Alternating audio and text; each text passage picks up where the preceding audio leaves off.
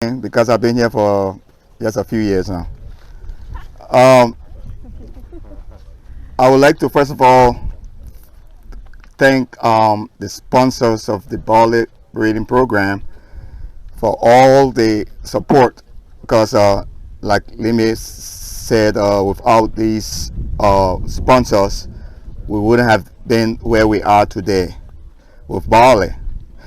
And I know there are a lot of people that I've been seeing a lot of barley being grown in this state for the last few years, and I will tell you all that it's not because of the improvement we're making in barley, because we have significant progress has been made in the program.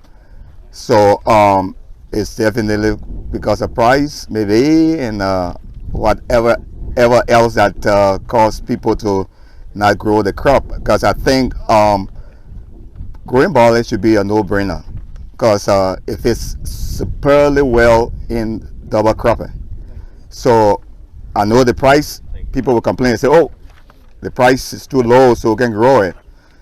But I hope there will be something that we could say, or I had a magic wand to just wave and then everything was changed. But I hope that you all will pass the word around and encourage the farmers to continue growing barley, because we have some exciting news. We are excited about some of the new varieties that we have released, and we don't want to release these varieties and let them sit down around here. We want them grown. When I drive around the state, I want to see Avalon planted. Right. I want to see Bean planted. I want to see Greg planted. I'm calling these because these are some of our new varieties that we recently released. So we hope that they will be grown and not let the land just sit there. So I will first of all, I wanted to let you know that our program is one of the largest, if not, it is the largest. The only one. Yeah, I tell you, fun. Somebody once told me that I was the best barley breeder in the eastern region. I say, yeah, but if you have only one barley breeder, you're also the worst. So yeah, we will do all we can to get you the varieties you need. So we have several blocks of barley here. We have a block of 6-row barley, of course, which include malt barley. Of course, the malting industry, I not that interested in 6-row. Everybody wants to grow 2-row barley. So we listen to the cry, because as you all know, malt barley just started 10 years ago in the program. So no, right now we have a good selections of 2-row malt barley. As you will see, the whole range going down, they are all 2-row barley. So compared to when we started a few years ago, and the double haploid has helped us expedite the release of new varieties, and we have some really interesting malt barley lines in our observation. I know Dr. Griffith would say, he always says in the observation. Yeah, in the big observation. We have a very big observation this year, so we will definitely be getting some interesting lines out of that. So right now, as you see, I'm going to take you around and show you those that are interested, and who want that would like to go along with me later on. Just let me know. I'll be around, and we'll take you around the field and show you some of the new releases. If you look, I think you got some tables in your hand right now. If you look at table 1 from this Virginia Tech barley test, you see a line like 17B166 with a yield of 104 bushels, 105 bushels per acre, and test weight of 52.9. Compared to thoroughbred, which has been the high yielding variety for a while now, for a long time. But you see, 166 is much higher than the thoroughbred. So that will show, and 4 other lines are higher than thoroughbred. That shows that we're making significant progress in barley yield. And 166 is one of the lines that we're looking at for potential release. Philip has increased strip of that last year. We wanted to release it this year, but looking at the data, it was kind of a low for 1 year, but then it's still top the 3-year average. In the back of that sheet is still the 3-year average. It's still 100 bushel per acre. So hopefully it will perform well this year, and then we'll be releasing it in 2023. Another line that I will talk about will be the new onless barley line. Nomini has outlived its PVP, plant variety protection, so we need a new line to replace that Nomini. So that line variety is Virginia 16B FB268 NA, and it has been named Beam, which is to honor our one and only Bruce Beam. My wife will be on it. And so because we couldn't get Bruce. Is that the silage variety? Yes. Okay. And that is in the back there. And if you all want to see it, you can go back to see it, because most of the advanced lines I planted in the back, and that was intended for you all to take some exercise. But I'm just joking. I'm joking. So that was the 6th row, and here we have the 2 row. Let me go through these blocks first before we can talk about. Here are the 2 row more barley lines. This is where you have Avalon. This is Avalon here, and this is our first 2 row winter malt barley grown and produced by the program, or developed by the program. So we are very excited about this 2 row, because I always say that in the past, one of our big malting industry, I won't name them, told us that hey, you cannot grow malt barley in the eastern region because of the humidity and diseases and things like that. So I tell them now, come and see who's laughing now. And the thing here is that Avalon is exceptional. All the quality labs have tested Avalon, and the quality of Avalon just exceeds everything else.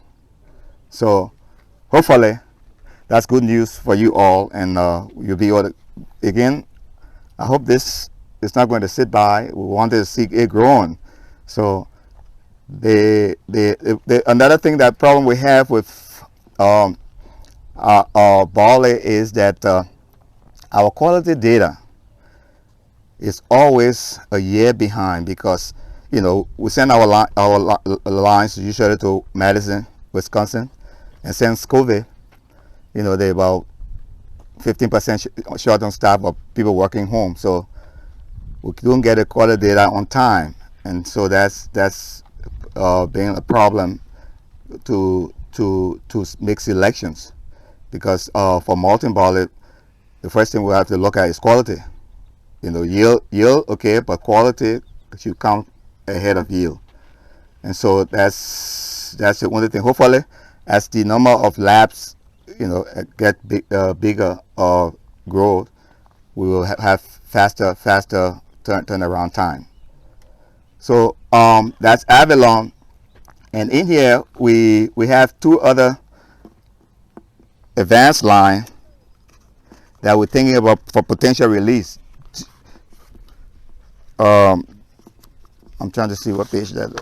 Yeah, that is Virginia 16DH 2261 and Virginia NFHB 18DH.541.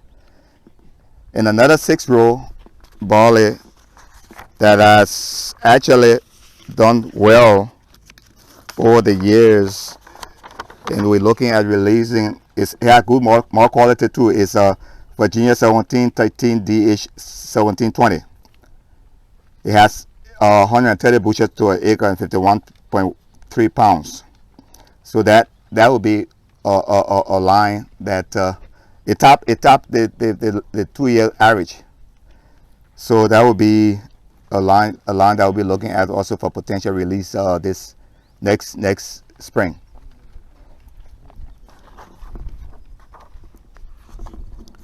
So yeah, so I will just start. I know most people are interested in more barley, so we'll start here. So this is Calypso.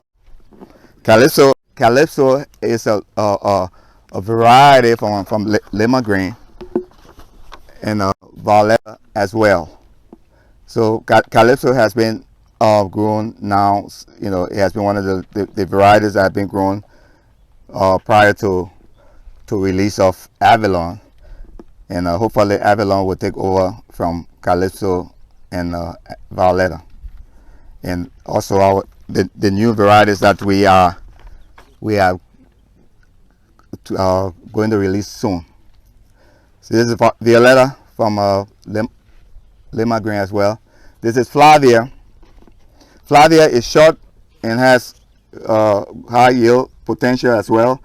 But the problem with Flavia is it gets hit by barley yellow dwarf virus a lot. So you gotta look, if you grow it, you gotta look. I mean, scout it as fast as many times possible. And as I said, this is Avalon. Avalon here in the Eastern Malt Barley test, Avalon had a yield of 105 bushel per acre. You know, in the test we were 53.7. That's really good. You know, so we are going to be looking at that and see how what happens to this variety over time. And here is the Hollis barley. Yes, I'm telling you, this is we've been trying to keep the Hollis barley on for as long as we can, but the market is just not picking up. Of course, we have one release, which is Virginia 15H73, that is now called Greg, and Greg is named after that is this variety right here. It's named after Greg Roth from Pennsylvania, because he was one of the very strong supporter of Hollis barley over the years. He's retired now, but he was really one of the supporters. He tested all our Hollis barley variety in Pennsylvania then. So I am not sure what to say about Hollis barley, except that I wish before I croak, something will happen, something will be done. I mean, you know, Hollis barley can be used for really everything, you know, for feed, for food, and that one market that we have not explored is the food market. And I don't know, you know, I told somebody one time we were in Idaho for a meeting, and every restaurant we went to had some kind of barley dish. I mean, that I think it will be encouraging, and will probably help the market if we can, you know, look at that market. But otherwise, we also have another line, Hollis line 160, that is probably will be on the next potential release. if things will improve. That's what I would say. Again, if you all interested in, or whoever interested in staying back and working with me, we'll go through that later on. But one final thing I would like to say is that this fish is the last time you probably seen it around here. This is going to be my last year, my last few season. I'm not dying, so don't be thinking. But I mean, just that you know, after nearly 30 years of working in this program, I think it's about time that we turn the bottom on to the younger generation. And it has been really, really a great pleasure working with you all, and I really happy. I mean, I don't know, overjoyed for the support, the encouragement, and all that you've done while doing my tenure here. And I'll come back once in a while, but I'll miss you all, and I really enjoy my relationship with you. Thank you.